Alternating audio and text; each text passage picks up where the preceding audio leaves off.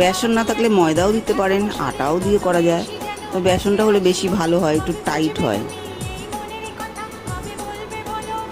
এবার কড়াইতে তেল দিয়ে, খুব বেশি তেল লাগে না এটাতে, এর থেকেই তেল বেরোয় প্রচুর। মা, মাছের পটকাগুলো খুব ফাটছে। হ্যাঁ, তেল তো, তেলগুলো খুব ফাটে, খুব সাবধানে হাতটা বাঁচিয়ে, মুখটুক বাঁচিয়ে তেল ভরা করতে হয় এগুলো, নালে একদম পুরো হাতে মুখে টুকে ছিটকে চলে আসে গরম।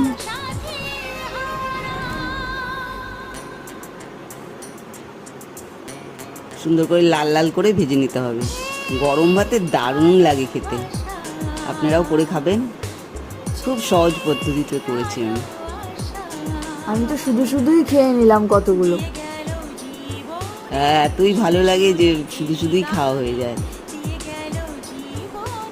কত তেল উঠেছে দেখেছেন, পুরো তেল, এটা অল্প তেল দিয়েছি তাই এত তেল উঠেছে। মানে নিজের থেকেই তেল বেরিয়েছে। হ্যাঁ, কাতলা মাছ না, বড় কাতলা মাছের তেল। আচ্ছা বন্ধুরা, তোমরা কি এখনো আমাদের পেজটাকে ফলো করোনি? তাহলে আর দেরি কেন করছো? সবার আগে দেখে নেওয়ার জন্য নিচের ফলো বাটনটা ক্লিক করে নাও।